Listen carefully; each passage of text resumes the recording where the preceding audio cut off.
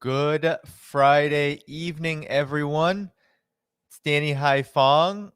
Welcome to another Left Lens live stream, and this one is going to be a special one. So, as viewers have been requesting, this conversation will be about Xinjiang. It will be about the propaganda war on China, in particular with regards to Xinjiang, because this has been one of the most prominent talking points coming out of Western corporate media and coming out of the new Cold Warriors in the United States and the West. So as you're coming in, make sure that you are liking the video, that you are sharing it, and that you are subscribing to the channel and hitting that notifications bell so you know when we are going live here.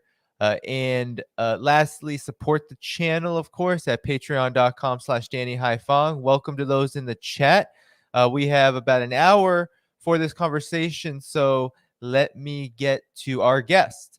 Our guest today is Jerry Gray. He's lived in China for about 10 years now, and he has traveled through Xinjiang 4 times. And he is doing a lot of teacher training out there, but also doing a lot of debunking of this propaganda. So I thought he'd be a great guest to have. So without further ado, let's bring him here. Hi, Jerry. How are you? I'm very well, thank you. It's 18 years, not 10 years here in 18 China. years, more than 10 years, I should have said that. Yeah, Almost 2 decades. Well, almost. welcome to the program, Jerry. First, why don't you talk about sort of maybe what brought you to China, and then, we can get into your experiences. Because I think, for me, I traveled to China right before the pandemic. It was way too short. I was in Eramuchi for 3 days, and it just wasn't enough. I mean, I got to see a lot. It definitely didn't feel it didn't have any of the characteristics of what the West says about it. But you've done a lot more travel. You've been in China for a lot longer. So if you could talk about those experiences and maybe what brought you to talk about this particular subject, Xinjiang. Okay. Well, thank you for the invite to talk about it. I came to China 18 years ago. Very, very simple. I was made redundant. I worked for a very, very large organization in the UK, but I was a divisional manager in Australia. I was a manager of a Chubb Security. Many people around the world will know that company. And they were taken over by UTC, United Technologies Corporation. And one of the things that happens when you have an organization like that, you have these acquisitions where large companies buy small companies. I was one of those people who used to do that. I worked for Chubb buying smaller companies. And then one day, the irony of it all was the company got taken over and I was no longer required. And so I went to college, learned how to teach, and came to China simply as a teacher. Once I was here for a little while, I decided then that I liked doing what I was doing and stayed in China. I didn't plan to stay here. I planned to finish my contract and then travel around the world with this portable skill that I'd recently acquired. And that was the really reason I came here. I had an 8-month contract to work in China, came here, get some experience, and then leave. I decided to stay, and now I've actually studied. I've done a master's degree while I've been in China, studied cross-cultural change management, which led me into an entirely different role where I became a business consultant and business trainer. And I've also, as you mentioned in the introduction, been a teacher trainer. There are literally hundreds, perhaps, I don't know, as many as 1,000 teachers who have been in and around China, have been through a training course that I conducted. It wasn't a training course I created. I was just a teacher or a trainer on that course for other companies. But that's what I've been doing. Now I'm retired. I travel a lot. I'm currently in a hotel room, as you can probably see, in Chongqing. And if anybody knows Carl Zar, he's a very popular YouTuber, vlogger, and commentator on China. This is his hometown. Yeah. Let me all right. Yeah, no, that is all very interesting. So you traveled through Xinjiang, you said 4 times before we came live. You've done it all by bike, is that correct?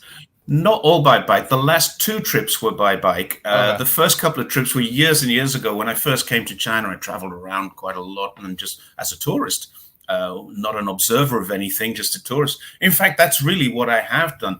Even when I traveled by bike in 2014, for charity, a friend and I rode a bike from the border of Macau to the border of Kazakhstan, and we raised money for charity. The following year, my wife walked from from Zhongshan to Beijing to raise money for charity, and we decided to do something together. And so, in 2019, she and I flew with another friend. Three of us, in fact, flew to Australia. He was from Australia. We flew to Urumqi, and then we cycled home again. And that took us the same amount of time, 57 days of cycling. The first in the case of coming back, the first 20 days or so are still inside of Xinjiang. So we cycled for about 20 days inside Xinjiang. The first trip, we traveled all the way to the border of Kazakhstan. So we were actually in Xinjiang for the best part of a month, traveling in that region that is supposedly the victim of a genocide, the victim of concentration camps, is supposed to be forced labor. There's absolutely no evidence of any of that I saw. And I think that's probably why I got on YouTube and I got on Twitter and started talking about this. My plan was not to talk about Xinjiang. I didn't really have a clue that what I had to say about Xinjiang would lead to the kind of publicity that it's got for me. That's not how I set out. I set out just to show photographs of China, riding through China, talk about my experience in China. And suddenly I'm a political commentator. So because of that, I've done a lot more research. I've opened my eyes entirely to what's going on. I didn't really think about it. When I first went to Xinjiang, I knew there were problems there, but they didn't affect me, and I wasn't observing those problems. And that's really a big regret on my part, because each time I've traveled through Xinjiang, I've traveled through not as a critical observer, but as a tourist. And I took photographs of us riding bikes. I took videos of us riding bikes. And I didn't take videos with the view to debunking any political narrative. I was simply a person who wanted to see Xinjiang, see China. I've traveled through Gansu and Ningxia. I've traveled through, I cycled from Heilongjiang, Harbin, the ice city, back to Guangdong. And seen lots of China, but really just as a tourist, not as a political commentator. And that's my big regret. So the next time I go to Xinjiang, I will be very much open-eyed, looking for evidence. Basically, I'll be looking for evidence to debunk, not evidence to prove, because there is no visible evidence of any forced labor. There's no visible evidence of any genocide. I've never seen a concentration camp. And people say to me, yeah, but you can hide concentration camps in the desert. Yeah, you can, but nobody's proven to me that there is a concentration camp anywhere. And I've even had discussions with people like Nathan Ruser, who is known as the satellite boy. He analyzes things, and I swear he just misunderstands, because there's a massive amount of construction going on there. All schools, all factories, they all have fenced compounds. All of them have dormitories. All of them have canteens. All of the staff wear uniforms. And if you don't understand that's the Chinese culture, it's quite easy to say, wow, that looks sinister. From a satellite 8 miles high looking down, that does look sinister. And it does. There's no question about it. The interpretation of what a Chinese factory is when you've never seen a Chinese factory, it's very easy to misunderstand. Yeah, well, let's get into this then, because for people who may not know Nathan Rooster, he's an employee. He is one of the, I don't know what his title is. I'm guessing some Analyst. kind of analyst. They're all analysts or fellows. But the ASPI, the Australia Strategic Policy Institute, is his employer. And the ASPI has been at the forefront of the propaganda blitz around Xinjiang. The ASPI is a think tank. It is funded, I believe, 37% about by the Australian Defense Department, The U.S. Department of Defense also funds it quite heavily. And then to round it all off, you have military contractors, the biggest, the Fortune 500 military contractors, Raytheon, Lockheed Martin, providing also large sums. So this There's an organization, interesting part. I can add an interesting part to that. Yeah. The ASPI claim that only 2% of their funding comes from the military industry complex, but they have in their funders list Thales, Lockheed Martin, Raytheon, Boeing, just about every name you can think of that's involved in military work funds them. They also have Naval, which is really interesting. They're the French submarine makers.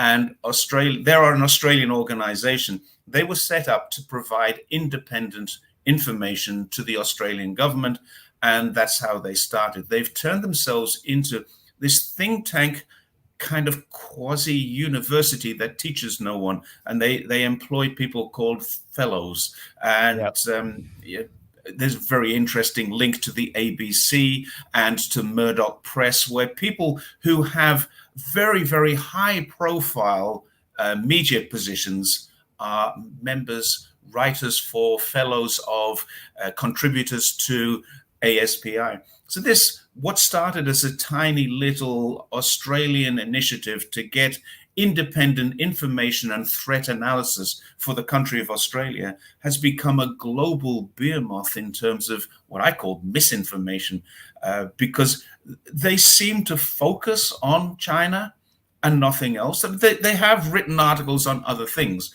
but their threat analysis is on China. And I'm an Australian citizen now. I've been an Australian citizen for 18 years, actually 30 years. I was in Australia for 18 years.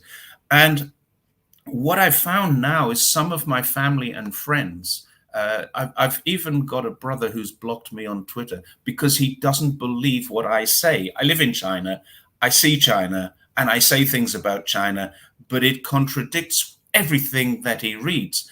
And what I've said to him is this: try and look at where your sources come from, because ASPI is the source of almost all the information about China. And they get their information from people who are not in China. Adrian Zenz is the source of the rest of the information about China. Mm-hmm. And these people are cross-referencing each other.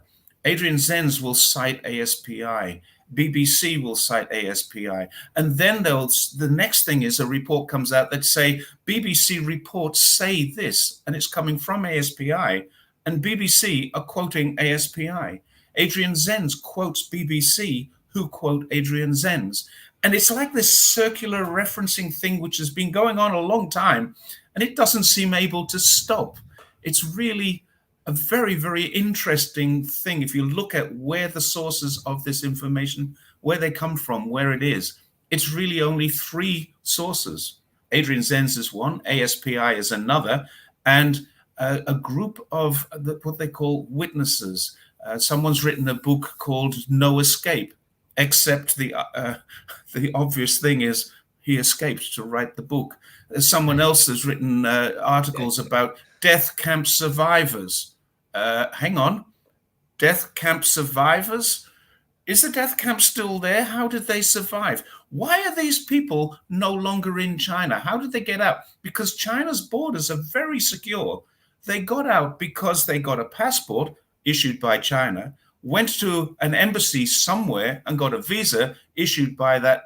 And they traveled from, because there's no embassies in Xinjiang, they've traveled from Xinjiang to another place, got a visa in their passport, and then got on a plane so they can write about how they are survivors of a death camp. The logic is just completely defied. There is no logic in this. So that's the biggest problem. ASPI are one of the biggest propagators of misinformation. Adrian Zenz, I honestly believe Adrian Zenz believes everything he writes. I believe that. His religious belief. Well, he's not true. Christian fundamentalist, yeah. It's not true, but he believes it. And he has been to China, but I believe it was 30 years ago, 25 years ago, and he spent 10 days in China. He has a PhD based on studies inside of China and only spent 10 days of his life here. Now, people say he speaks fluent Chinese. I've seen no evidence of that. Cambridge University gave him a PhD on the topic of the Sinicization of the Tibetan language in Qianhai province. Now, how much work do you need to do when you can't speak Tibetan, you can't speak Chinese, you haven't spent time there, and you've got a PhD in it?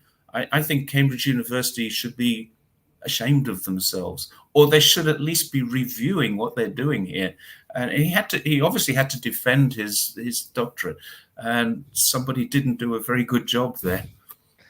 Yeah, well, with Adrian Zenz, I mean, he represents kind of, I guess, in the flesh as an individual. What I think the problem is with the Xinjiang narrative is that it mainly comes from mouthpieces directly connected to the United States and Western governments. Adrian Zenz is a senior fellow. He's a director at the for the I think it's called the China Studies Department at the Victims of Communism Memorial Foundation, which was literally in 1993 spawned by U.S. Congress to spread anti-communism far and wide after the fall of the Soviet Union. So his motive, both as a far-right Christian fundamentalist and as someone literally employed to spread these messages, makes everything that we've heard about Xinjiang dubious. And I wanted to ask you, Jerry, what about these narratives drove you to speak out, and what do you think are some key points that people should know about Xinjiang that counters what we've heard about it? Because all we hear about is concentration camps, forced labor, genocide. What should we know about Xinjiang? Okay. What caused me to speak out about it was, as I said earlier, cycling through there. I took a lot of photographs. We camped in the desert. We met Uyghurs. We ate in Uyghur restaurants. We ate in Tajik restaurants, Kazakh restaurants, Tibetan, Mongolian. There's a lot of ethnic minorities in that region. The largest of them happens to be the Uyghurs. We met a lot of those people, and there's no evidence whatsoever that they're oppressed. Now, I don't have a degree in psychology, but I have studied some psychology, and you can pretty much tell when someone is depressed. It's not that hard to guess that someone has a problem in their life, and you don't see that so much. Now, we were in Urumqi, and Uyghurs would just come up and talk to us. What are you doing here? Why are you here? And my wife took a video of one old guy just coming up to chat to us. Now, people who are living in fear wouldn't be doing that. Now, that's the main point.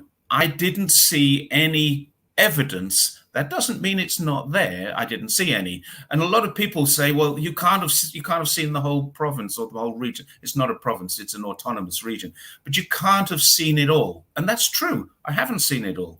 But I have seen enough to say I'm not convinced that there's anything bad going on.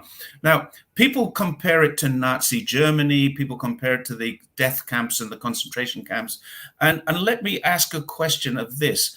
During that period of time in Poland and Lithuania and places where I think Lithuania was Russian, sorry, in Poland and Czechoslovakia and Germany, would the German propaganda department have allowed the Hebrew language to be on their notes? So if you take a Chinese money note, you will see it has Uyghur language on it. If you travel through Xinjiang, everywhere you look, you see the Uyghur language. Yes. If you know anything about Chinese education, there is Dilraba, not education, sorry, entertainment. Dilraba is the most famous actress in China. She's gorgeous and she's very, very famous. Some of the most famous singers, some of the most famous actresses are Uyghur. Now, would the German propaganda department, even for the purposes of hiding their concentration camps, would they have allowed this kind of thing to have happened? So you can't compare these two things. Now, the other thing that debunks the whole myth completely is this. People say you can't travel through Xinjiang. Wrong. You can. You do not need a guide. You do not need a special permit. What you need, if you're a foreigner, is a visa for China. If you're Yep. not a foreigner, you need a Chinese ID card. You carry your passport with your visa and you can go anywhere you want to go. Now, in my case, I was on a bike, so we're traveling slowly, and I went everywhere I wanted to go. Now, admittedly, you have to go through some checkpoints. You go Yep. through security checkpoints, and that's an inevitability in a region that has suffered terrorism. Yes. Now, I was a police officer in London during the 1970s, 1980s. I've seen what bombs do. And I wish we had had the same facilities or the same ability to quarantine people, to quarter people, to make sure that everybody passing from this part of London into this part of London is checked. We couldn't do that. The Chinese government does. We didn't have facial recognition. Now, somebody put a tweet out this morning saying, I bet the CIA are on the ground in Xinjiang. And I would say, I bet they're not. If they were on the ground, China would know who they are.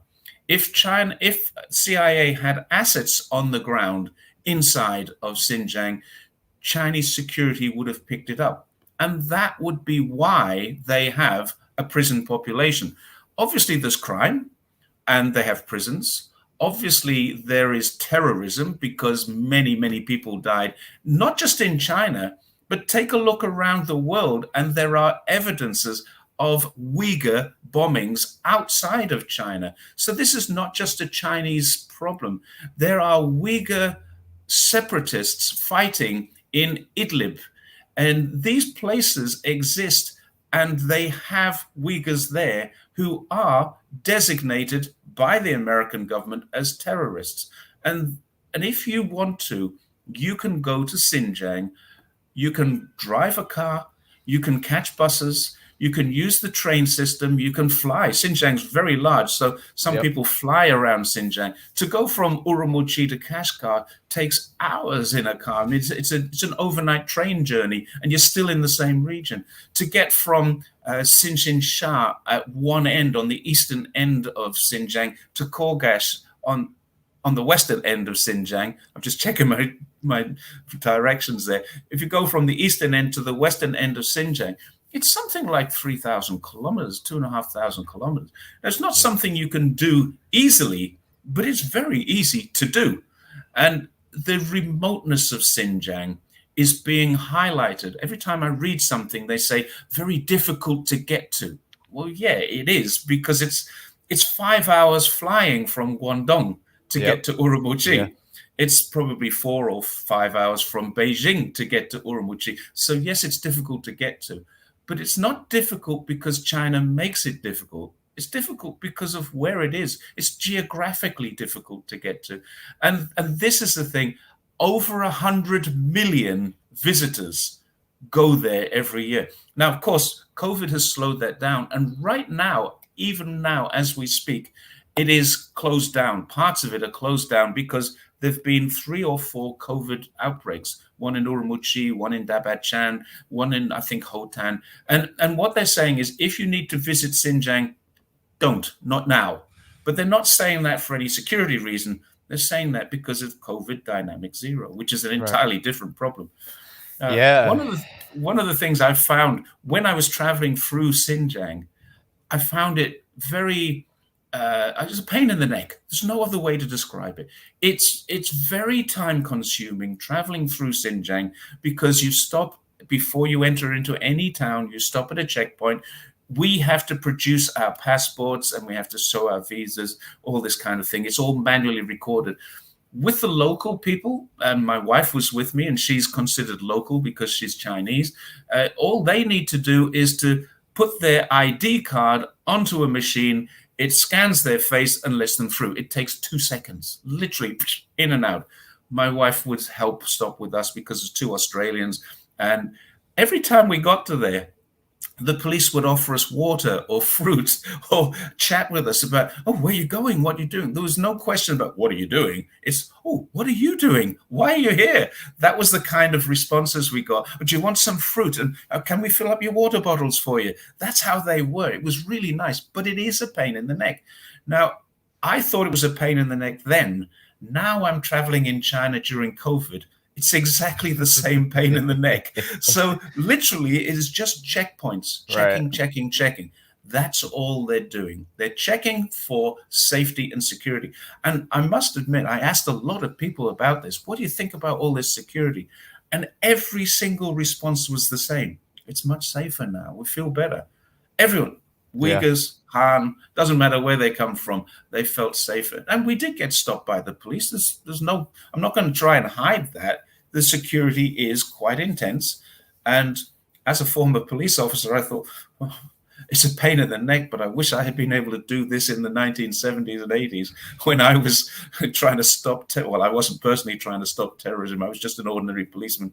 But, we were trying to prevent terrorism. There was lots of bomb threats. There was some real bombs, and I've seen the effects of a bomb, and it's not something that you forget in your entire life.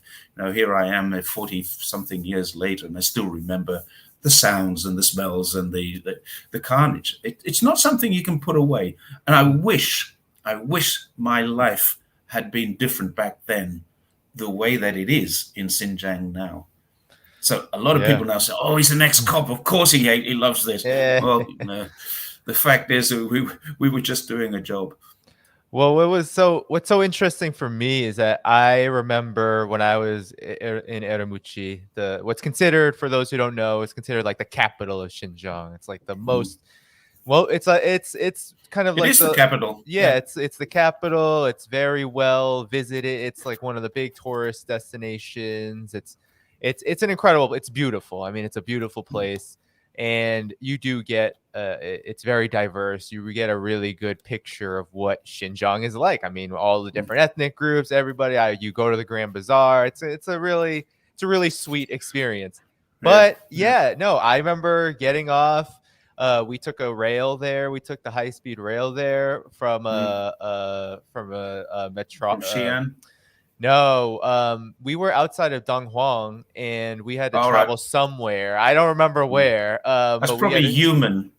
Human is the city. And we had to travel by high-speed rail. You know, it didn't take that. It took, like 5 hours. It wasn't that bad. And right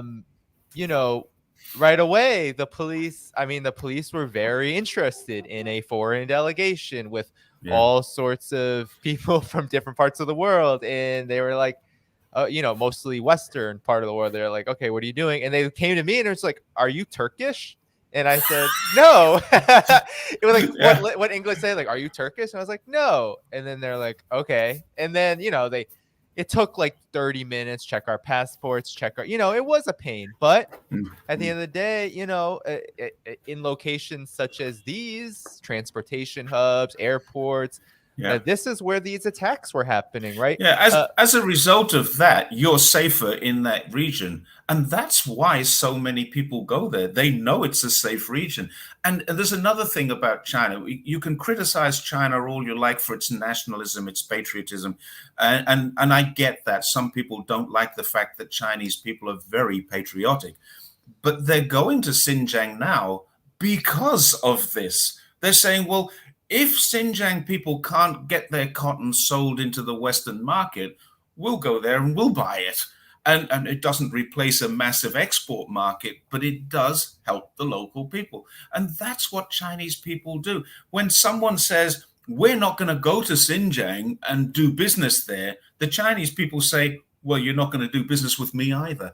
And so Xinjiang's business domestically has picked up. It doesn't replace the exports that they've lost, but the Chinese people will do that. And you make a comment about the security. You get off the train, and it's the only place I've been to where you arrive and go through security. You get off the plane and go through metal detectors. Hang on, didn't I just do that at the other end? And it's really strange. You're going through all these metal detectors to get into your hotel. to get into McDonald's, if you want to go into McDonald's, not that I do, but if you wanted to, or KFC, you go through a metal detector. And the funny thing is, usually there's a security guard, and you look at him, and he's like this. Yeah, He's all the fast time asleep. at all the train stations. That's how it was. They're just like, it's Yeah. very benign. It's much Yeah, more, it doesn't feel like, in the United States, I remember coming back because it was one of these surreal experiences where you come back and people are worried about you. They're like, yeah, what yeah, happened? Did, yeah. that place is dangerous. And I remember just one of the only frustrating things I had about the security in Urumqi in general, because it was more heightened, was that, like, as we were walking, we were trying to travel around, we were trying to go on our own and, walk the city streets. And, like, if you pass a certain point, you have to go through the checkpoint again. And it seems like nothing when you think about it in broadly, because all they do is they take your bag, you throw your bag through like this turnstile thing, and that's about it. And then you walk through, and that's it. It takes like a couple minutes. It's a lot quicker than the airport. Yes, it's a lot exactly. faster than the airport. But it's and like, the Chinese people, they have we're travelers, so I have this is my wife's card, my passport, and stuff in there. Chinese people just put their card onto a thing. Or I wouldn't even need to take it out of here. Just put that down, beep, and we're through. That's it. For us Westerners, it is a little slower. Yeah, there's no problem. There's no issue about that. It's slower. And, I'm not going to argue that it's fun. It's not. It's not fun at all. And I'll be honest, when we cycled out of Urumqi and spent 10, 12, 14 days, I can't remember exactly, you get to this place called Xinjiang, which is the border of Gansu. And you do breathe a sigh of relief because from tomorrow, it's a lot easier. It's a lot easier to go through security. It's a really, and it is benign, but it's definitely all encompassing. And there couldn't be a CIA agent left in Urumqi. There couldn't be. And there'd be no people working for the American government in there. But here's the interesting thing. The American government haven't been there. And neither have the British government. And I write to British politicians on Twitter all the time and say, you represent my area where I come from and you're anti-China. I get that you're anti-China, but you're talking about something which is not true. I am one of your constituents, and I'm telling you, I've been there. I never get a reply. And in fact, sometimes the members of parliament block me. Just for a reasonable question. I'm never rude on Twitter. I once said to someone, F off. But I did that for a reason. It was related to my son had cancer and passed away, and someone made a comment, and I gave him, you can get lost with that. And so the next day I deleted the tweet and apologized to my followers. I told someone to F off last night. It's very rare for me to be rude on Twitter. Very rare. And I'm not rude. I get blocked by a lot of people because I ask a question. The BBC block me, ABC block me. A lot of these media, and Adrian Zenz, of course, has blocked me. Several of the ASPI people have blocked me. And they all I'm doing is asking them to clarify a point. Or sometimes I say, no, that's not true. And that's not true. And I'll tell them why it's not true. And then I get blocked. So it's not really a case of, Jerry is a pain in the butt because he's giving us misinformation. Jerry's a pain in the butt because he's asking us to prove what we do. They don't want to deal with the facts. They don't want to deal with the facts. And I want to ask you about something. Yeah. At the end of May, Michelle Bachelet, the UN High Commissioner for Human Rights at the United Nations, she traveled to Xinjiang. She went to many different places. She spoke with many different kinds of people, from civil society all the way up to China's foreign minister. Xi Jinping. She spoke to Xi Jinping. Talked to Xi Jinping too. She traveled, and she got a full tour of key areas of the region. Now, the response to that by the West, by the United States in particular, one was a lot of anger because her statement, and she did come out with a statement, because now they're talking about this assessment that may be coming out as a follow-up, and China's a bit concerned because it feels like that this assessment is going to be more about... I don't think China is concerned. Right. There was some. Media wants you to No, think no, no, China is no. concerned. They're not concerned, but they've made, they've spoken out and said this is going to be, they're worried, not like concerned, but they say that if it comes out, it's going to contradict what she's already said, which is her statement right after she traveled there had nothing about forced labor, had nothing about genocide, had nothing about concentration camps. And that has made the United States and the West very, very angry. And there's been an incredible pressure campaign about it. What is your reaction to this? Because this is literally the person you would think, if there was going to be any quote unquote investigation into these claims, she would be the perfect person to do it just by going there and checking out the situation herself. Yeah, I've written about this. I've written an article about this, and I've made a video about this on YouTube as well, what Michelle Bachelet did. Let's put this into perspective, first of all. Michelle Bachelet is the head of the United Nations High Commission for Human Rights. She's a high commissioner. And as a high commissioner, it's not her job to investigate. So she never went there with the intention of investigating. So let's get that perspective right. You don't get people like the prime minister or the president of a country going there to investigate or do trade deals. They bring their minions through. Their minions may be very high-ranking minions, but they're still people who come in behind and under. And what Michelle Bachelet has done is set up a procedure so that an office will be opened. In fact, I think it's already open in China for her department. Her people will be able to, in future, have face-to-face dialogue about the issues as the issues are raised. She did raise some issues, and they were legitimate issues, and she has been sitting on a document for 2 years, I believe now, maybe 3 years, which she has promised will be released before she finishes her tenure, which is in only, what are we now, 17 days. So in just over 2 weeks, Michelle Bachelet will finish her appointment. Her 4-year term is up. Now, she's in her 70s.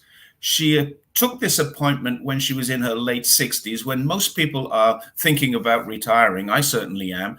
And she took this appointment to possibly the highest pressure job inside the United Nations. And she has done an excellent job of a lot of things. She did praise China for many things, particularly the poverty alleviation scheme. She praised China for a range of different factors, and she has raised some concerns. Now, I'm waiting to see this. Now, what she's done is she's sent this report to China for fact-checking. China might put their red pen through it and say, this is not true. We don't want you to say this. But the bottom line is, we haven't seen what she wants to say, and we should all wait and see what she will say. And her report will be factual. Now, will it be honest? I think it will be honest as well, because the nature of her is that I don't know if you know her history. Many people watching this will not know her history. She was actually a victim of human rights abuses. Her father died inside of a prison, and her mother and her were both arrested, both tortured, less physically, but emotionally and psychologically tortured for certain. And she spent time as an exile. She lived in Australia for a while, and she lived in what was then East Germany. Now, some people don't like Michelle Bachelet, but the fact of the matter is, this is a lady who has been through what the allegations say Uyghurs are going through. So she will have some sympathy to those people. I think we're going to get some criticism of China. It's quite obvious when you lock down a whole region the size of Xinjiang and you have to arrest people. There is no question about it. People are arrested. They had terrorism. Inside of some of their mosques, they had fundamentalism.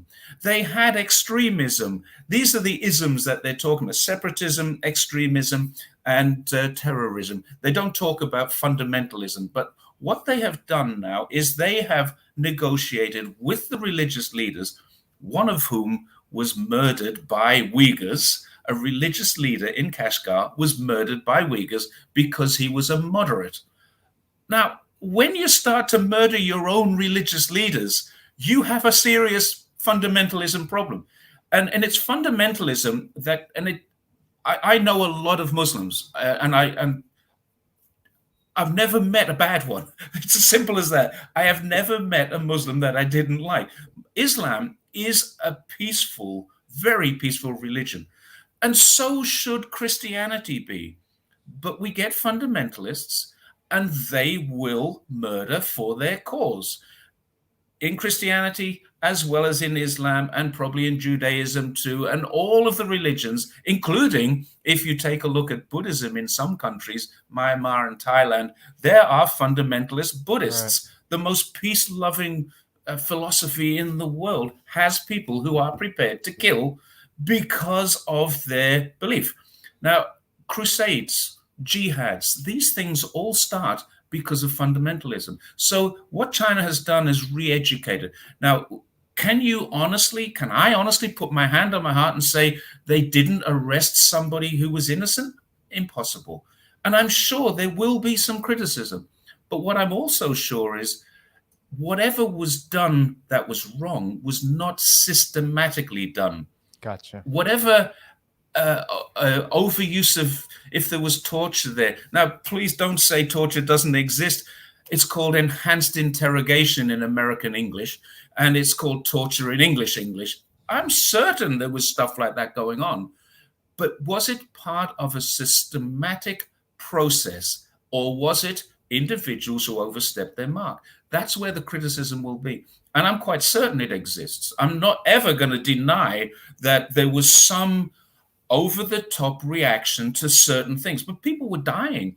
People were dying on buses. People were dying in cars. Yeah, I was going to say there were some incredible incidents of mass stabbings and just... Well, that wasn't in Xinjiang, but it was Xinjiang Uyghurs who did it. Right. And do you know, there's a backstory behind that?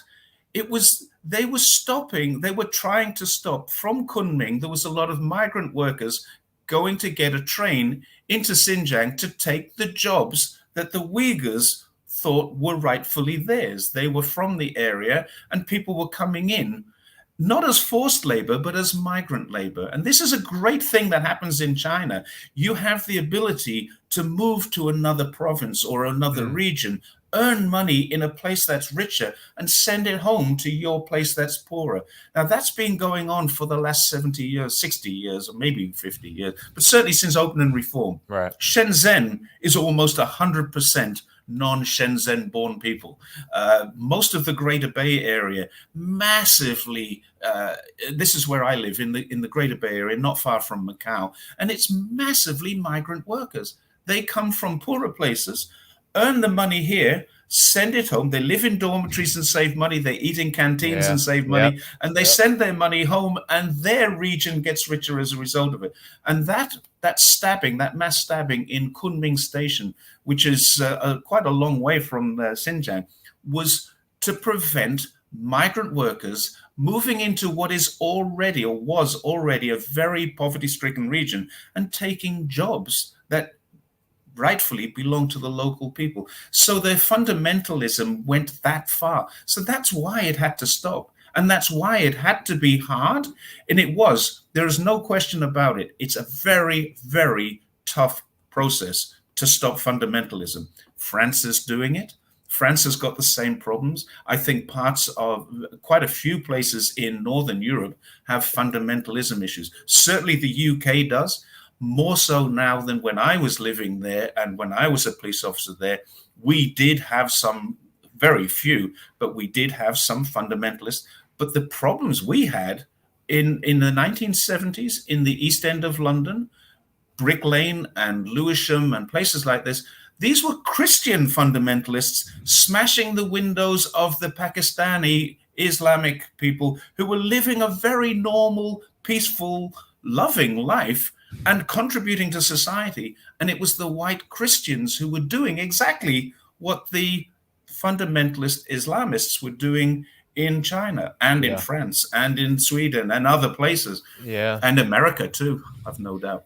You know what you're saying, I think, is is very important because this went very far. There were the Urumqi riot, Urumqi riots. There Yeah. were lots. I mean, hundreds upon hundreds of people died. So to think Yeah. that there aren't going to be strong reactions to that There has to by be. a government is just kind of wishful thinking, because Mm. you have to stop that kind of chaos. And a lot of it was actually ethnically targeted. A lot of these fundamentalists would target people of different ethnic groups and Uyghurs as well. So it was a very problematic situation, and China responded One in of kind. But I wanted to one of ask the you about. biggest I was going to say one of the biggest problems was that the Uyghur fundamentalists were attacking the Uyghur moderates. Yeah. It wasn't so much they were attacking the Han. They may have blamed the Han for their problem, but they were attacking the Uyghur moderates who were in their mental state. They were colluding with the Han. Gotcha. They were collaborating with the Han, and that's what was the problem. So what China had to do was separate water from wine, effectively. Go into that area and say who's a fundamentalist and who isn't. Yep. And how do you do that? You kind of corral them all, and then maybe you lock them up for a few days while you question them, find out some background information, and then you say, okay, we eliminate that one, let them go, eliminate that one, let them go. And that's probably what they're talking about with this mass incarceration thing. Now, I don't know if that did happen. I've got no evidence to say it did. But if I was in charge, that's how I would have done it. I would have locked everybody up until I could eliminate them, remove them from my inquiries, and then you only end up with the bad guys in there. And once you've talked to everybody, you can usually find out who's the good guy and who's the bad guy. Now, of course, that doesn't mean you've got them all, but, and of course, people would say I'm a human rights abuser for thinking that way. But the fact is, people were dying, and they were dying regularly, and now they're not. Yeah. And let's Human talk about rights. that. Let's talk Yeah. about this because, you have more than 30 Muslim majority countries on the side of China's response. You have much of the world outside of the West and the United States, and of course some of their fringe partners in Asia. You have much of the world, though, at the very least, not willing to condemn China for its response to the problem of terrorism. And you have a situation now, and this is, I don't think, a coincidence that after 2016, this is when we started to hear about Xinjiang. This is when we started to hear about it because these attacks weren't happening anymore. The Western media was more than fine about covering this problem before Xinjiang became a really key issue for propaganda. More than fine with it. The AP, you name the Western media source, the BBC, they were talking about these attacks, and they were talking about them not as China repressing the Uyghur people. They were talking about them as terrorism. Yeah. And then now, over the past 4 or 5 years, the narrative has changed, and it's completely, I think, drawn a huge kind of a blind spot for people in the West because they can't see how China actually responded. Can you talk about this? Because for me, what it is, it's rather than what the United States did, which was really take a very draconian government approach, like police approach, very much so like we are going to literally follow people, get, who it's non-discriminatory. Then also wage, and view it in the language of war. We're at war with Muslims, with Arabs in the country, and we're also at war with Muslims, Arabs outside of the country. And that's what happened. Bombs were dropped abroad, and things got a lot tougher in terms of and more strict at home. But China, it took a different approach. There was no war in Xinjiang. There was no invasion of Xinjiang. And there was a lot of attention on education, employment, and other things. Could you talk about this response? Yeah, what they've done in Xinjiang is quite amazing. And I'm talking about from when I first went there in 2005 to when I was last there in 2019. Now, the only reason I haven't been there since 2019 is not because of any security concerns. It's partially because of COVID. I've had a lot of other things to do. But the differences between Northwest China now and Northwest China 15, 18 years ago, the first time I went, is inconceivable. You cannot comprehend the scale of investment and infrastructure. Xinjiang has got this enormous swathes of changes. And one of the big ones is the mechanization. John Deere, the American company, has a massive factory in China building cotton harvesters. And yet we've got this allegation that there's forced labor in cotton harvesting.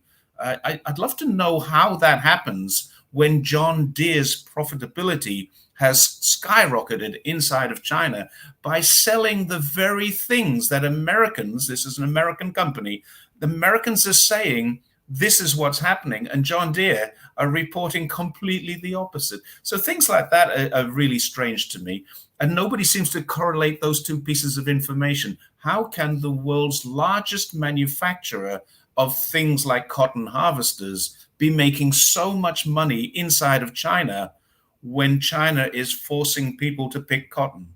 These two things they don't exist in correlation. So that's one issue. If you travel through, and the first time I traveled through on a bike, 2014, we were in the Gansu and Xinjiang region, and the roads were terrible. I mean, so terrible that some stages we literally had to pick our bikes loaded with all the gear and carry them across certain parts of the road. That's how bad the roads were. On one occasion, or more than one occasion, we actually went up an embankment and got onto what I would call a motorway, you call a highway or a freeway.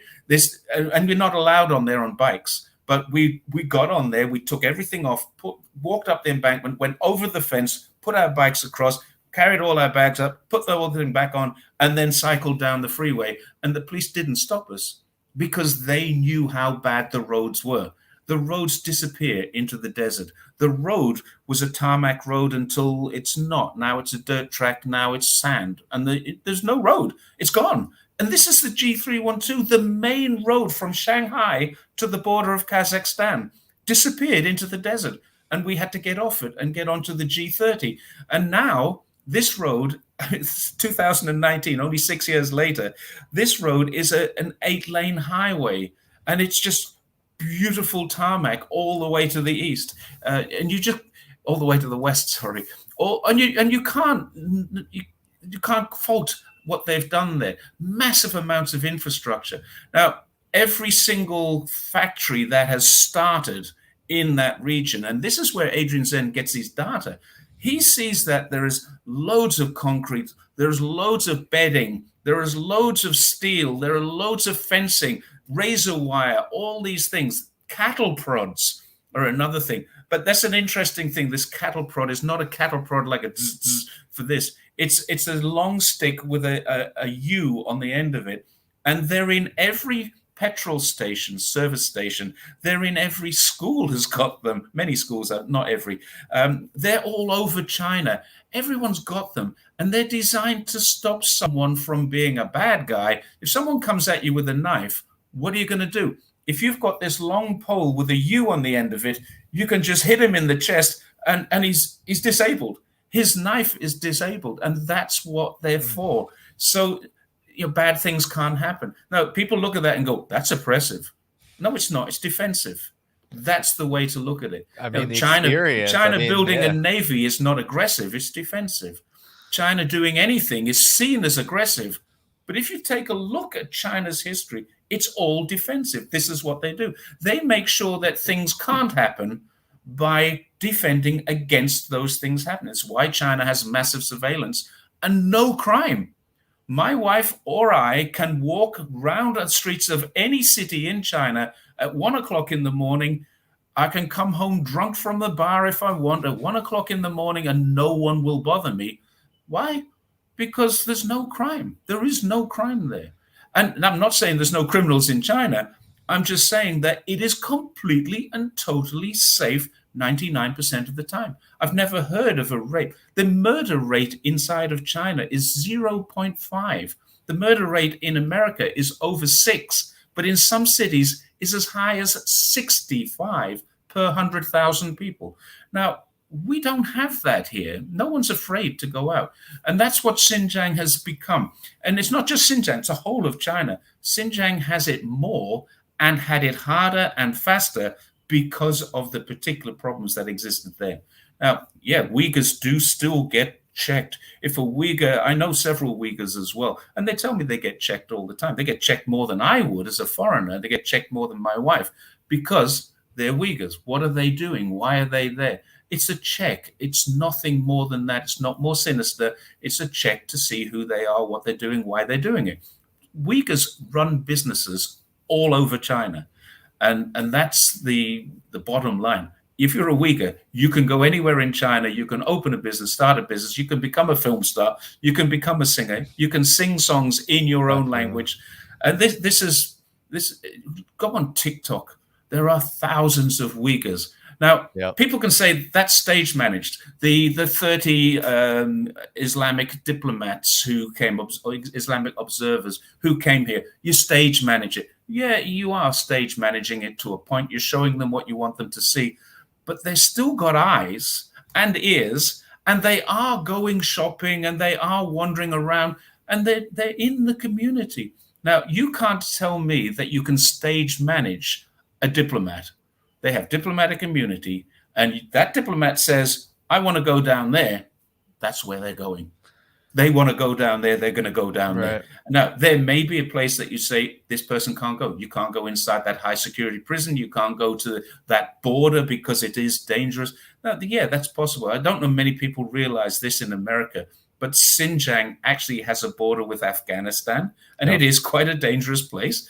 There could be snipers in Afghanistan waiting to take someone down if there's a right person goes to visit that border crossing. So the police say it's probably not safe to go there. They don't say you shouldn't go there because we have security concerns about what we're doing. We have security concerns about what you're doing and what could happen to you. But no one has ever, on my bike, I had 3 cameras. I had a phone and I had 3 cameras. I had one on my hat and stuff like that. No one ever said to me, what did you take pictures of? Where are your pictures? Let's have a look. No one has ever said to the BBC, give us your memory card. Remember, the BBC go there and they have disputes with the police. Well, you have a dispute with the police in a totalitarian, authoritarian police state. You don't come out with your cameras intact. Go to a place that is totalitarian and have a dispute with the police and see what happens. Yeah, that's the beauty of it. Yeah. No, people tell me all the time, and it's not. It's like, people in China, they're always arguing with the police and they're always talking to them, and there's always it's a different feel. It's here there's a lot of fear of, the police in the United States kill a lot of people, and there's a lot of violence here in the United States when it comes to police. So the feel is different. You don't generally want to just be like going up to police and having disputes with them, right? A lot of people fear that. Most people fear, especially Black people, especially ethnic minorities. But in China, totally different field. There is not that. I mean, we were lost. We walked into a very tiny hut, I would call it, of police. And they're just all over on every street corner. Yeah. We all over China, not just Xinjiang. I know. All over.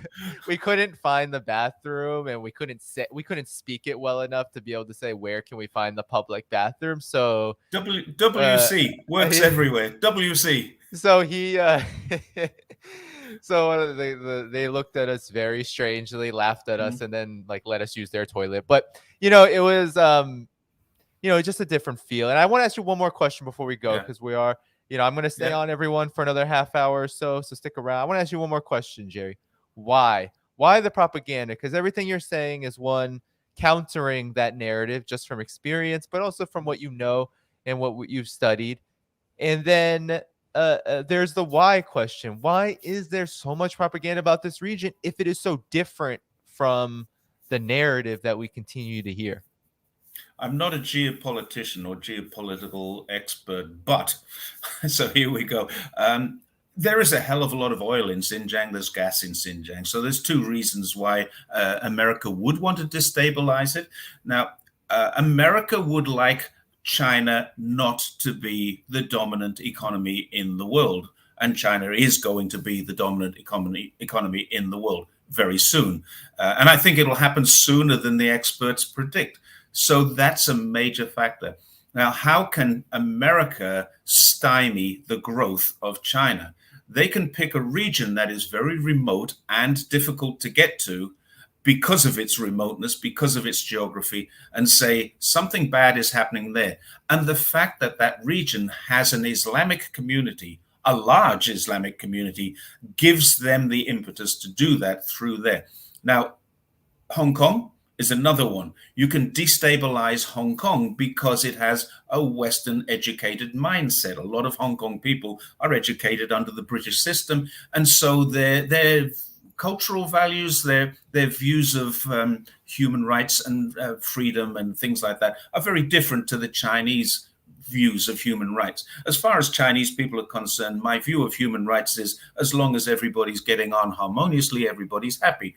And nobody seems to care that the government suppresses freedom of speech, because you can say anything you want as long as you're not telling lies, being hateful, inciting violence. But you can actually criticize the government. You can do whatever you want to, as long as you don't do any of the insightful, nasty things. So the values of one region are being used to weaponize against the values of another region.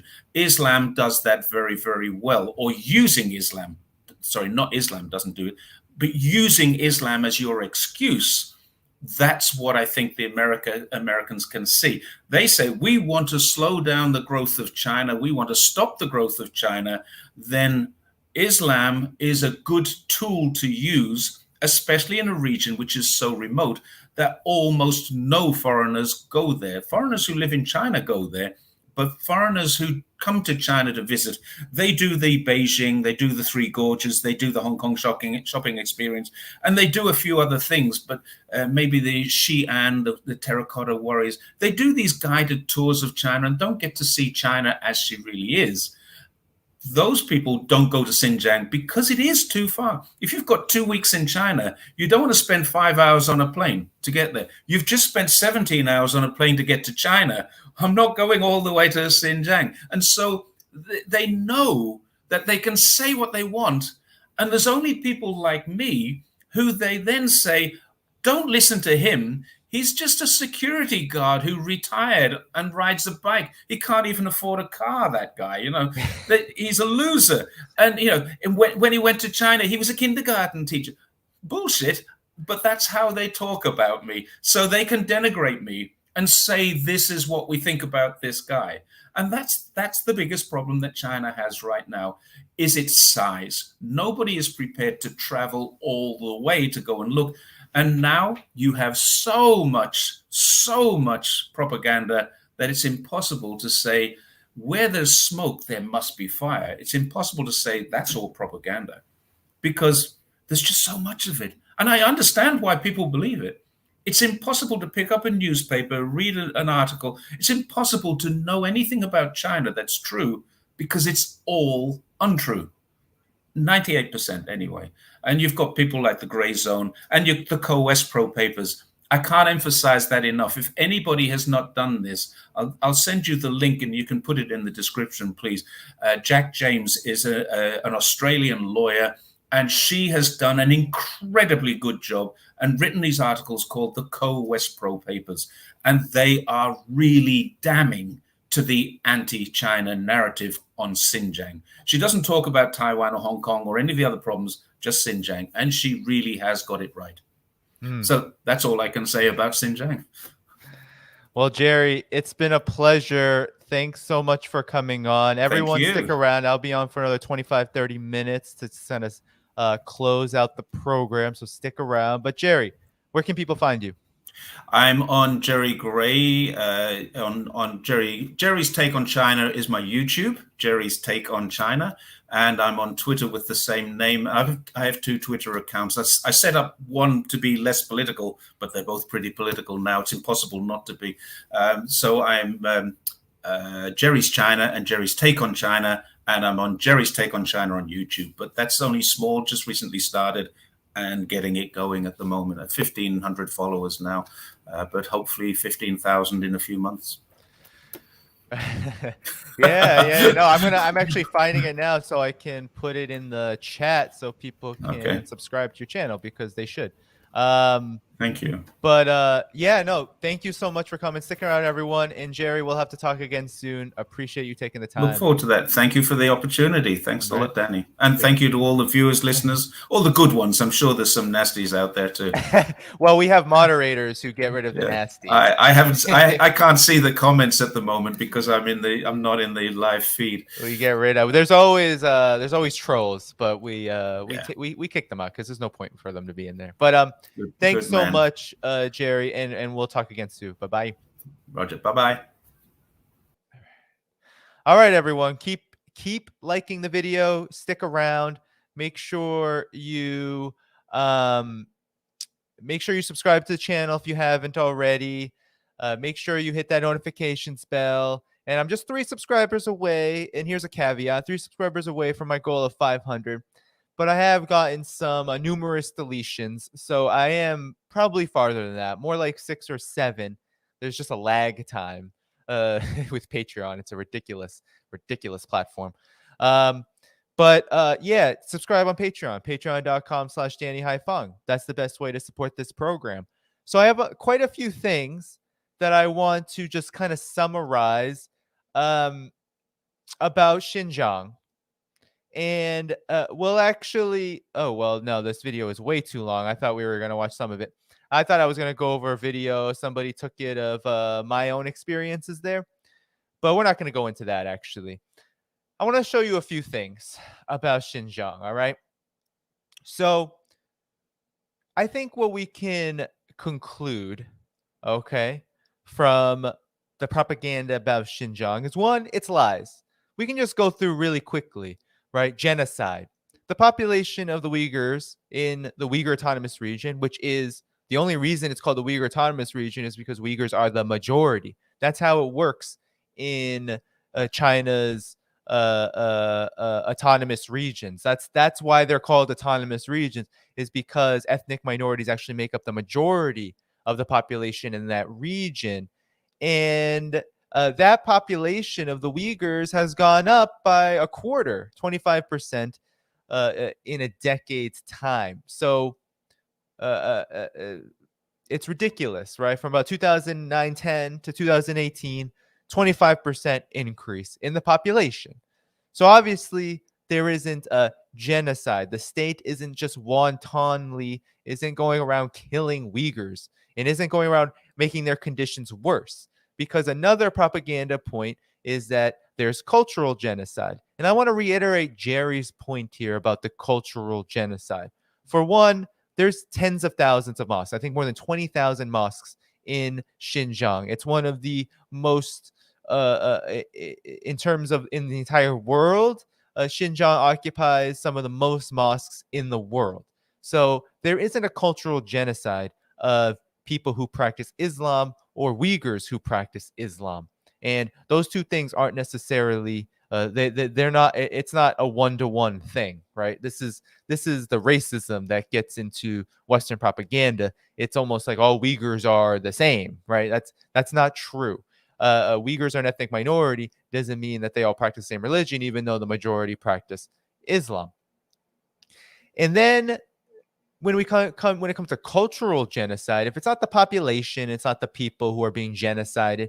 Well, culturally, when I was there, it's so obvious that a cultural genocide does not include, and it doesn't include that here in the United States, right? We don't see Spanish everywhere. We don't even see Spanish everywhere in places where people are dominant Spanish speakers, right? Come here to the tippy top of Manhattan, right, where it's a majority Dominican population. And I can tell you that very few of the signs, 0 of the signs, nothing public, nothing by the government, nothing at all. I mean, some businesses, yeah, because they're owned by Spanish speakers, but nothing from the government is in Spanish. Nothing at all. Not the park signs, not the street signs, nothing. Despite the fact that most people's first language in this part of New York City is Spanish. But in China, when I was in Xinjiang, when I was in Itamuchi, everywhere. All the public signs, everything by that's sponsored by the government has both Mandarin and the Uyghur language, its style of Turkish. That was everywhere. That's just undisputed. And when you go there, you see people in their traditional dress, you see people practicing their traditional dance. It's just so easy to debunk, and the Western media doesn't want to do it. They don't even want to go. They just want to pretend like they can't go. So that is just one point. And then I want to make one final point about this because, it's one thing to say, right, that conditions have gotten better for Uyghurs. They live more than twice the years since the Chinese Revolution, right? Many of them died at the age of 35 or younger, pre-1949. After 1949, the life expectancy for Uyghurs is very close to that of Han Chinese and other ethnic groups in China. So the disparity is very, very small, and it's becoming parity very, very, very fast. Economic growth in Xinjiang actually is bigger than most regions, right? It's average about 9% per year. Much more economic growth than even some other parts of China, right? So there's been a lot of investment in the people's livelihoods. 3 million people alone in 2020 to end extreme poverty in Xinjiang were lifted out of extreme poverty. So there's been a lot of real attempts by the Chinese government to make life better. But if you don't want to take my word on that, right? Because, that's all based on facts. This isn't just me spewing my opinion. But if that doesn't matter, if that's like, okay, well, yeah, but bad things could still be happening there. Well, it's hard to verify bad things happening when, one, there is no existing legitimate source verifying this. And we can't say that Uyghur people are some kind of victims, that people in Xinjiang are all victims. They have phones, they have computers, they have the ability to access internet. There are a lot of people in Xinjiang that have VPNs, and they do YouTube and they do Twitter, and they've been taken off of YouTube and Twitter. I used to follow people. I would have loved to bring them on the show, but they're no longer on these platforms because they've been taken off as Chinese propaganda.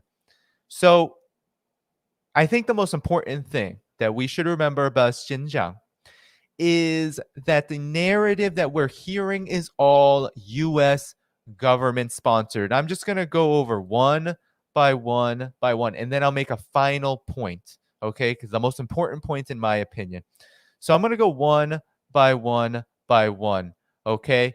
In terms of how these sources that we're hearing from are literally U.S. government affiliated. So Radio Free Asia is a subsidiary of the U.S. Agency for Global Media, okay? That means they are part of a literal media organization funded by the U.S. government. Radio Free Asia is not independent. It was literally founded by the CIA in right after the Chinese Revolution, 1951, and then it went from being a straight up CIA apparatchik to then becoming subsumed in this larger reform project, right? To make it more of a so-called public entity rather than this secret Cold War agency, which used to be called Board of Broadcast Governors. And so this is it. This is the U.S. Agency for Global Media, and they receive money from the U.S. government. Almost $1 billion here, almost $500 million there. So U.S. Congress gives this money each and every year to these organizations like Radio Free Asia. So there you have it. U.S. Agency for Global Media, Radio Free Asia, constantly talking about how Uyghurs are being forced to dance in Kashgar and all of this nonsense, right? They're just promoting a U.S. government line on Xinjiang. And then let's look at the Australian Strategic Policy Institute. We talked about it, but let's just look at it really quickly. Here is the funders for the Australian Strategic Policy Institute. And one thing that we didn't mention in the conversation is that since 2001, since the Australian Strategic Policy Institute was founded, the Australian government has doled out $52 billion. That's a lot of money in Australia. 52 billion US dollars in military contracts, in contracts to military and weapons manufacturers. So, despite this so-called small number that only 3% of defense industries fund this organization, it is literally an organization that lobbies for this. Everything that it does is lobbying for more government contracts to military contractors. That's why the Department of Defense funds it in Australia, funds it 37%. Federal government agencies, which includes the Defense Department, make up the other 25%. So more than half of its funding is from the West, is from Australia and the United States' government. And in 2021, as the U.S. in December, as the U.S. had introduced and Biden had signed off on the Uyghur Forced Labor Prevention Act, the Australian Strategic Policy Institute received an office in Washington, D.C. This is how intertwined the politics and propaganda of Xinjiang are. So that's just another thing. And then I'm going to show you just, the proof is in the pudding. Okay. So Mr. Adrian Zenz, he's a far-right Christian fundamentalist. He really does believe what he says because he's a crusader for right-wing reaction. He's a racist. He hates China because China is socialist and it's ungodly to him. And China actually does clamp down on extremist religions, whether it's the lamas from that were based in Tibet, or whether it's the Falun Gong, or whether it's people like Adrian Zenz who promote incredibly harmful socially, politically, and economically ideologies and cloak them in religion. And so here he is. He's a senior fellow. He's a director in China Studies at the Victims of Communism Memorial Foundation. What is that? That is a so-called educational research and human rights nonprofit organization commemorating the more than 100 million victims of communism, blah, blah, blah. But how was it founded? It was authorized in 1993 by a unanimous act of Congress, signed as public law by William J. Clinton, aka Bill Clinton, in 1993. And in 2007, George W. Bush dedicated the Victims of Communism Memorial Statue in Washington, D.C. So it's literally a Bush-Clinton neocon, anti-communist project, and that's what Adrian Zenz works for. He's actually the highest up. That's what it's all about, okay? So it's one by one by one, right?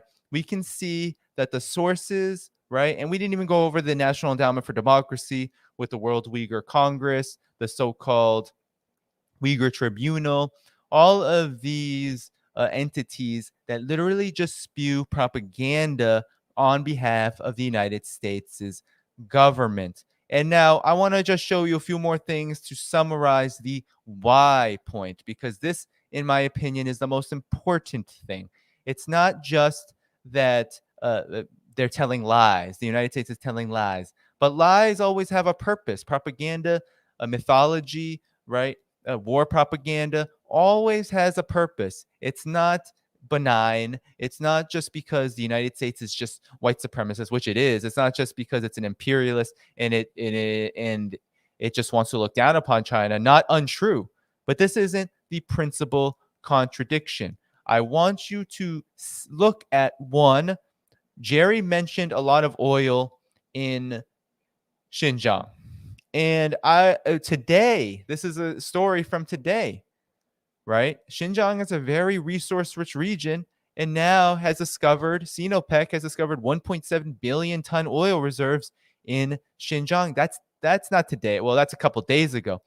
But we can expect probably to hear much more about so-called human rights in Xinjiang now that this has been found, because we know that imperialism loves to steal oil. It's doing so right now in Syria. It's stealing Syrian oil, occupied oil from the northeast region of Syria, and transporting that to Iraq and using it for its own purposes. And it's doing that by the thousands of tons of barrels, right? We're talking about just a complete theft of resources.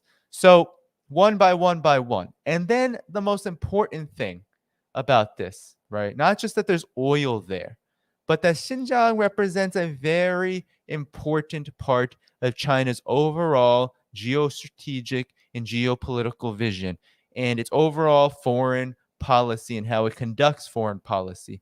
Because without being able to get out of Xinjiang, a lot of China would be landlocked from the West. So China has spent a lot of time and investment in Xinjiang because not just because of domestic priorities, poverty alleviation, trying to correct uneven development, and trying to bring more unity, both nationally, politically, economically.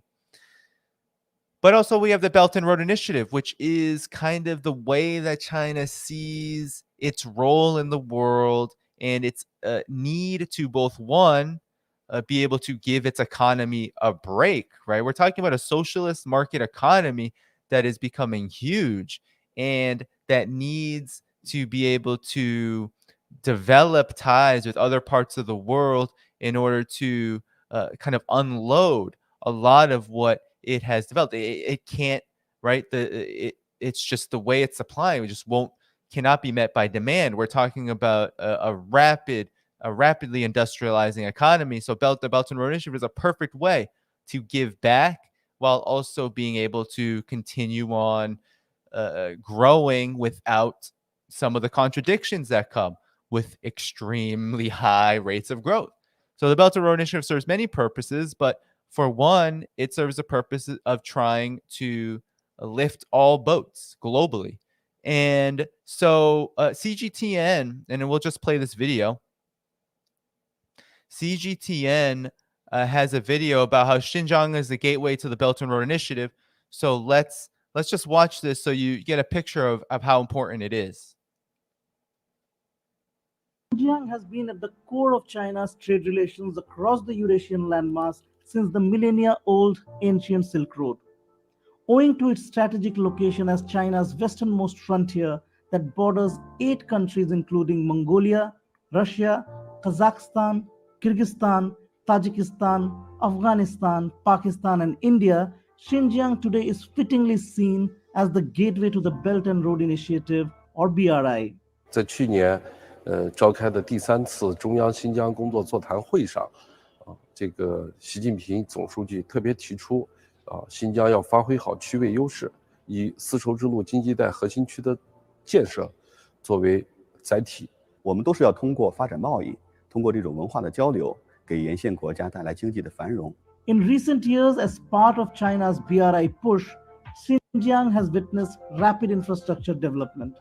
The Urumqi International Land Port in Xinjiang's capital city has been created as an integrated rail, road, and flight logistics hub to facilitate trade with not only the neighboring countries, but all the way up to Europe via the China-Europe Railway Express. 我们开行的项目有19条，到达21个国家、26个城市。陆港区有相对服务优势的区域呢，主要是新疆周边的中亚地区。包括俄罗斯以及跨里海、黑海所辐射的沿线的国家。 Meanwhile, Xinjiang's other major city, Kashgar, has been serving as the only special economic zone in Western China since 2010. As part of the SEZ, the city has established the Kashgar Comprehensive Free Trade Zone, eyeing to boost trade with neighboring countries. 喀什综合保税区，目前以2020年的数据来看。 它的进出口贸易额达到了7.5个亿人民币但是其中呢，应该在80%左右是出口货物进口货物占到了大概20%的规模我们主要的贸易伙伴的话，是包括主要是周边几个国家，包括吉尔吉斯斯坦、塔吉克斯坦乌兹别克斯坦等等。While boosting employment opportunities for youths, the BRI-linked projects in past few years are proving to be a boon for Xinjiang's local industries and enterprises, opening up new international markets for them and at the same time cutting down transportation time and cost. 我举个例子，原来新疆的番茄酱要通过汽运或者火车运到天津港，再下海坐轮船到欧洲的市场，这个周期基本上要在45天以上。那现在中欧班列这条通道开通之后啊，在乌鲁木齐集结中心形成集结，通过中欧班列运输，我们到意大利那不勒斯这个地方大概在15天左右。The BRI-linked development of Xinjiang is equally focused on international as well as domestic connectivity of the region. The Lanzhou-Xinjiang high-speed railway that opened in 2014 That's the one, Lanzhou. That's the one I took. So, I wish I had remembered for Jerry. I still have the ticket somewhere, but I took that one. It was a great ride. I loved it. Lanzhou. That's where we had to go from Donghuang, and it only took like for a little bit over 4 hours. It was an incredible trip. connecting Xinjiang to neighboring Gansu province has been transformative for the tourism sector. 新高铁自开行以来，我们新疆铁路运用了这个周末动车、假日动车、重联动车组方式，增加了咱们的日常公交化。对咱们这个乌鲁木齐、吐鲁番北、陕陕北等哈密地区的旅游开发业也有所提高。比如说像我们的杏花专列，我们可以到吐鲁番北去看杏花；陕陕北我们有库木塔格沙漠，可以去库木塔格玩沙子；哈密我们有巴里坤。那么增加了这个旅游圈、经济圈和生活圈的大力发展。From the ancient Silk Road to the ongoing Belt and Road Initiative, Xinjiang continues to flourish as a major trading hub for China. It has now also emerged as a perfect example of China's recent emphasis on dual circulation economic strategy. 由东向西来看呢，乌鲁木齐国际陆港区处在向西开放的国内的末端但是从西向东来看，我们又处在进口的这个桥头堡所以呢，这也是乌鲁木齐国际陆港区的一个独特的区位和地理的优势。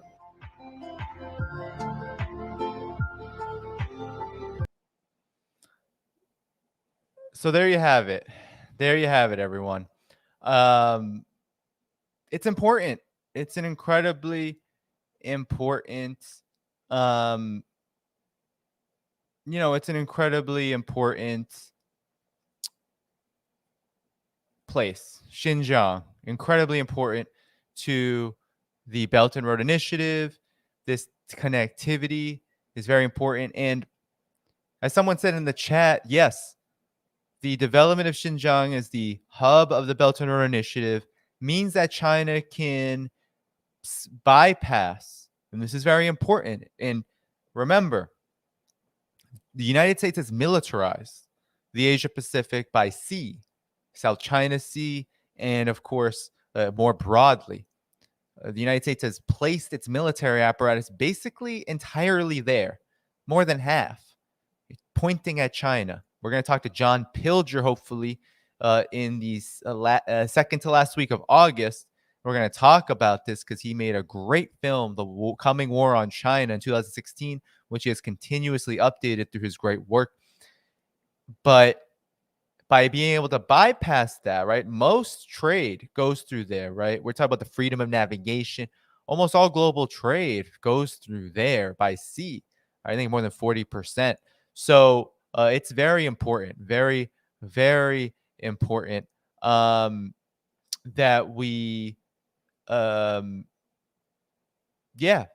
we go over this and that we talk about this from the perspective of this Belt and Road Initiative and why the United States wants to stop it. The United States wants to try to contain China, weaken its economy. The way you do that is by trying to create unrest in the West along its border in order to keep it out of Europe from that route, from the land route, and then try to take away the maritime belt, right? That's the belt part of it. Try to take that away through militarization of the East, of the sea, of the territorial waters of China. So we have to look at this as interconnected, but it's not going to work. It's not going to work. China is not going to allow this to happen, okay? And it's not happening. China continues on. The Belt and Road Initiative is growing. Xinjiang, life is improving. The lies will only serve the purpose of continuing on aggressive U.S. policies, imperialist policies like the Uyghur Forced Labor Prevention Act, which we covered on this program. So I want to address something lastly from the chat. Okay, I see it. I see the conversation. And I'm just going to address this in a couple of minutes, right? The idea that Asian Americans, right? Because what has the Xinjiang narrative, what has the war on China, the propaganda war done? It's created anti-China, anti-Asian sentiment. There's not going to be a study out there, probably for years and years and years, showing this link. But there's a link. There's a link between the new Cold War on China and the rise in anti-Asian hatred and sentiment. And some people will say, well, these ordinary people who are committing these attacks on Asian Americans, on people of Asian descent, they don't know anything about geopolitics. Obviously, they think that people don't pay attention to the media. People don't pay attention to how across all sectors of the media, from entertainment to news, Asian Americans are portrayed the same, that even in these so-called accounts of diversity, there's still a lot of stereotyping. There's still a lot of racism. And of course, whenever China is portrayed, it's always as an enemy. Even on shows like Aquafina Nora from Queens, which I covered in an article, China is considered this totalitarian, authoritarian boogeyman, this dark cloud hanging over the West. And that is what creates a lot of anti-Asian sentiment. And one really very, very, very insidious narrative that has crept up is that Black people are the ones who are committing all of these attacks, right? It's Black people who are attacking people of Chinese descent, people of Thai descent, people of all, people all across, right? Migrants, people who live in the United States for many, many, many years, right? Maybe not even many generations. But they're being attacked in the news, and the corporate media says it's Black people, right? There's this division. And I wanna just counter this, okay? Because one, I don't want to discount the fact that racism toward Asian Americans affects everyone, that people's consciousness are impacted. And it's not like when you see a Black person on video attacking an Asian elder, maybe, it's not like that didn't happen. But it's taken completely out of context. Who is perpetrating the majority of these crimes, and where do these crimes stem from? And I think I should do a separate stream. I've written about this, about the roots of anti-Asian racism, and we've had streams about this. But I'm just going to show you something really quickly, a study that was done recently about how these viral images really negatively affect our perception of what the problem is. Viral images show people of color as anti-Asian perpetrators, and that misses the big picture. So they have long-term consequences, this perception for racial solidarity that's existed. This is not, just a year ago. And so a professor at the American Studies at the University of Maryland released an analysis that drew on previously published studies on anti-Asian bias. And she found through official crime statistics and other studies that more than 3/4 of offenders of anti-Asian hate crimes and incidents from both before and during the pandemic have been white, contrary to much of the images circulating online. And she told NBC Asian America that such dangerous misconceptions about people who perpetrate anti-Asian hate incidents can have long-term consequences for racial solidarity. The way that the media is covering and the way that the people are understanding anti-Asian hate at this moment in some ways draws attention to these long-standing anti-Asian biases in U.S. society, but the racist kind of tropes that come along with it, especially that's predominantly Black people attacking Asian Americans who are elderly, that's not really an empirical basis. There's no real empirical basis in that. So there you go. I mean, I just wanted to show you one thing. I just looked it up really quick, right? We have to understand that the Western media, the corporate media, is never going to show us the truth. They're going to do anything they can to take advantage of this for profit and to ensure that oppressed people are divided. They don't want Yuri Kochiyama, Malcolm X to be the example that we follow. They don't want, right, the solidarity of Ho Chi Minh, right, visiting Marcus Garvey, Mao Zedong hosting Robert Williams, right? They don't want that kind of solidarity to be the thing. Or how about the Black people in Detroit? I was reading this in China Daily today. Black people in Detroit cooperating with Asian Americans in Detroit during the 1980s killing of Vincent Chin, you don't want that kind of cooperation. They don't want that. And we saw this during the Black Lives Matter uprising of 2020. You had a lot of Asian Americans, especially in the colleges, students, young people, coming out and saying, we are with Black people on this. We do not support these killings. And so this has been a longstanding thing from the Rodney King Rebellion, when you had Korean so-called, right, business owners defend, all this defense of their businesses. You had it even during the 2020 rebellions as well. You remember the Spike Lee film, right? That kind of hints at this, and it's not an unreal thing. There are tensions, right, among certain classes based on maybe racial divisions, but a lot of this has to do with class, with about small businesses, with about how it can be. And I know this for a fact, right, that people who immigrate to the United States look at the United States in the way that it's been taught to them, right, as an empire that's exceptional, that's the most powerful country in the world, and that Black people are always on the bottom. So that's a lot of how, for most, vast majority, if not all, migrant populations are taught to view the United States. Black people are on the bottom. Don't be like them. And that can create tensions. Surely that is not to be discounted. But there's also been a lot of work, right? A lot of solidarity, a lot of political work that's been done over the years to not just break through that, but to also talk about the class solidarity that people can have with each other when, right, these so-called privileges start to wither away. When I was in Boston, this was a big conversation because African migrants were being detained like crazy. And Boston has one of the most divided Black communities in the United States, between Black Americans and those who emigrated from places, African countries, Cape Verde, right? Just incredibly divided. And it had been economically for a long time, but conditions, right? I mean, in Boston, Black people have about $8 to their name on average, right? Median wealth for Black Bostonians is $8. For those who may be from the Caribbean or from African countries, right? At least in terms of just like first, second generation, those who migrated from these countries within the last 40, 50, 60 years, they had something like $1,200, $2,000 to their name. Not that much more, but more than $8.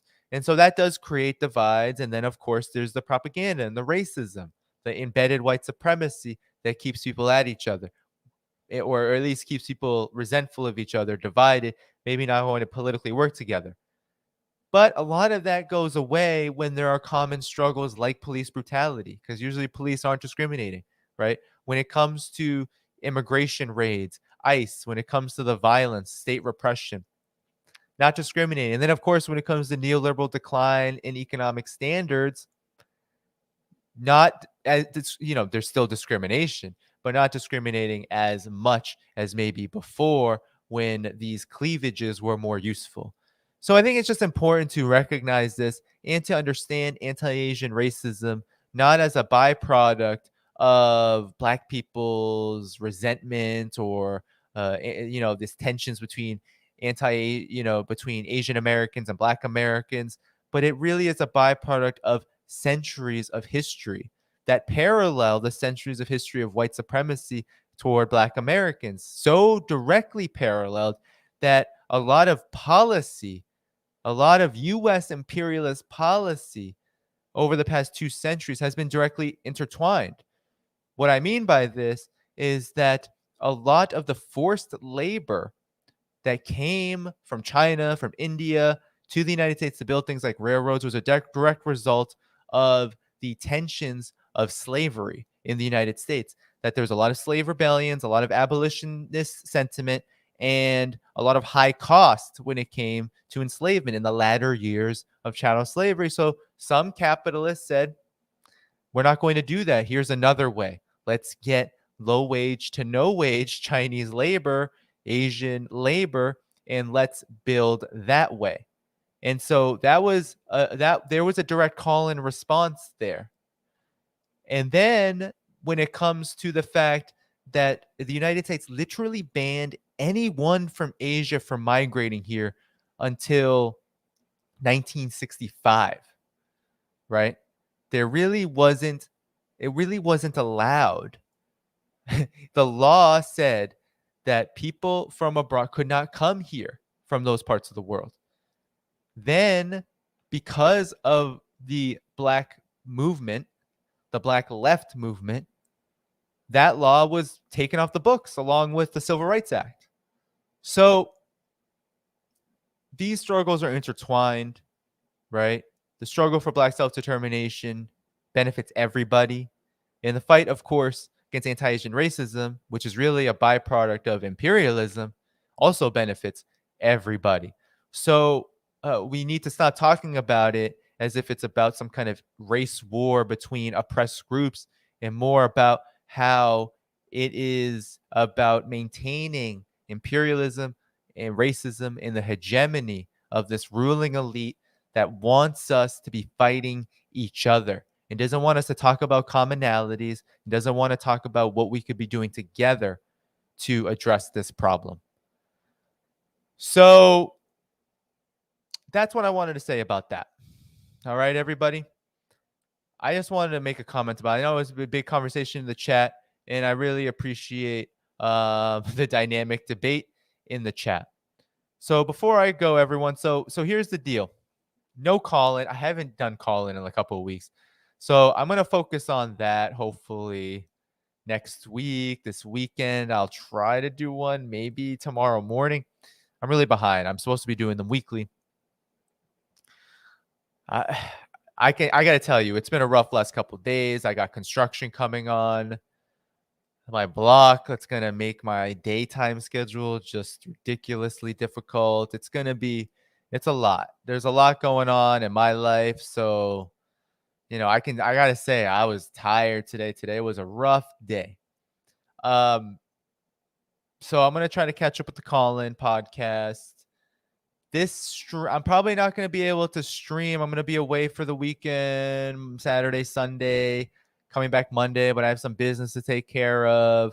So Tuesday or Wednesday, probably more likely Wednesday, and I'll try to focus on call-in on Tuesday. I'll be away from streaming. I'll try to post clips as much as possible and come back Wednesday, and then hopefully, actually, yeah, I think Wednesday. Let's see. Yes. Where am I? Yeah, Wednesday, and then probably Friday again. And then I'm going to try to get some guests. I'm going to try to be as frequent as possible, but probably 2 times next week I'll be streaming. And, keep helping out this channel by subscribing, hitting that notifications bell, liking this video. A lot of people, it's unfortunate. A lot of people leaving. It's hard, right? It's hard maintaining a support base. So a lot of people leaving for economic reasons. And please do support me in any way you can if you're able, just so I can keep at this goal. Patreon.com/DannyHaiFong. And yeah, that would be incredibly helpful. I feel like a lot of this is people have been very generous and are finding that it's hard to be very generous right now when people's needs are so dire. I'm going to try to get to a Ghost Stories of Capitalism series.